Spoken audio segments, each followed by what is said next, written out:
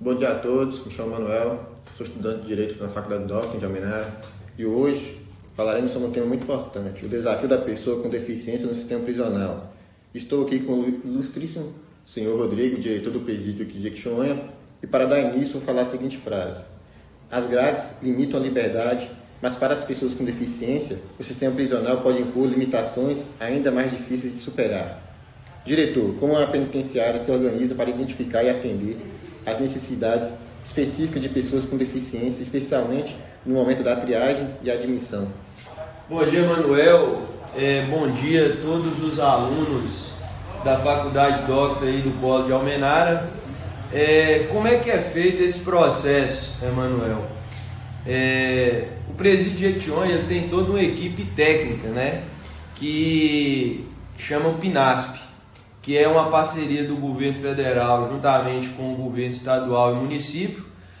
Através da parceria com o município de Jequitinhonha foi implantado o PINASP, onde tem 11 profissionais de saúde, que identifica desde a questão psicossocial como as deficiências ou de locomoção, ou que seja de alguma doença que impossibilite esse indivíduo privado de liberdade de locomover dentro do presídio, né?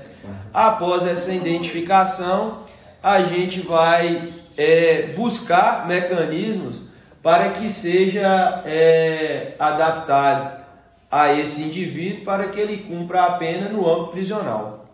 Perfeito. E que tipo de adaptações estruturais e de acessibilidade já foram implementadas para garantir os direitos dessa população dentro da unidade? Por exemplo, quando a gente depara com um indivíduo que ele, no momento da prisão, teve algum acidente, quebrou a perna, por exemplo, é fornecido cadeira de roda para locomover ele, a cadeira de banho para ele tomar o banho na cela. Quando ele já começa a se locomover de uma forma melhor, é disponibilizado ali um andador, é disponibilizado a bengala, depende do tipo de limitação que ele tem. Os outros indivíduos privados de liberdade também, que cumprem pena na mesma cela com eles, ajudam, né, eles a fazer as higienes pessoais.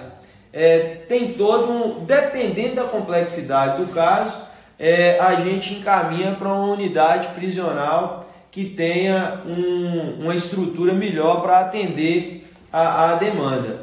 Mas hoje no presídio de Jequitinhonha, recentemente a gente teve um indivíduo que ele fraturou a perna e dentro das nossas possibilidades a gente conseguiu que ele cumprisse a pena dele aqui no presídio de Jequitinhonha, ofertando alguns mecanismos desses que foram ditos aqui. Auxiliar, né? E quais são os principais desafios enfrentados nessa garantia de direitos, sobretudo no que diz respeito ao preconceito, ao isolamento social ou à falta de recursos?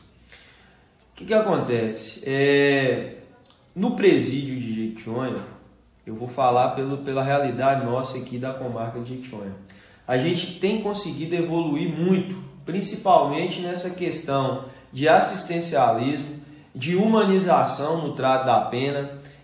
Como eu te falei, a gente tem, além de uma equipe de saúde, onde tem 11 profissionais, que tem médico, enfermeiro, 2 técnicos de enfermagem, a gente tem fisioterapeuta, a gente tem psicólogo, assistente social, farmacêutico, dentista e assistente de dentista. Então, assim, o trato da saúde, o cumprimento da pena humanizada é bem aplicado no presídio de Jequitinhonha. Obviamente, a gente sabe que o cárcere no Brasil ele tem várias limitações, principalmente na questão de estrutura e de recursos. Porque, exemplo disso, o presídio de Jequitinhonha, ele era uma cadeia pública e ao longo desses 12 anos foi feita toda uma adaptação e hoje tem uma estrutura de presídio. Então a gente tem, além dessas atividades, tanto com a questão psicossocial e da saúde do indivíduo privado de liberdade e buscando criar uma estrutura, a gente tem também escola, a gente tem artesanato em cela, a gente tem coral, a gente tem trabalho remunerado, a gente tem fábrica de bloco. Então a gente busca, além de humanizar a pena, reinserir novamente o indivíduo privado de liberdade na sociedade. E existe algum protocolo específico para o encaminhamento de pessoas com deficiência à unidade mais preparadas? Ou, na prática, elas permanecem em presídios comuns, mesmo que a estrutura não seja totalmente adequada? Olha, isso é muito relativo.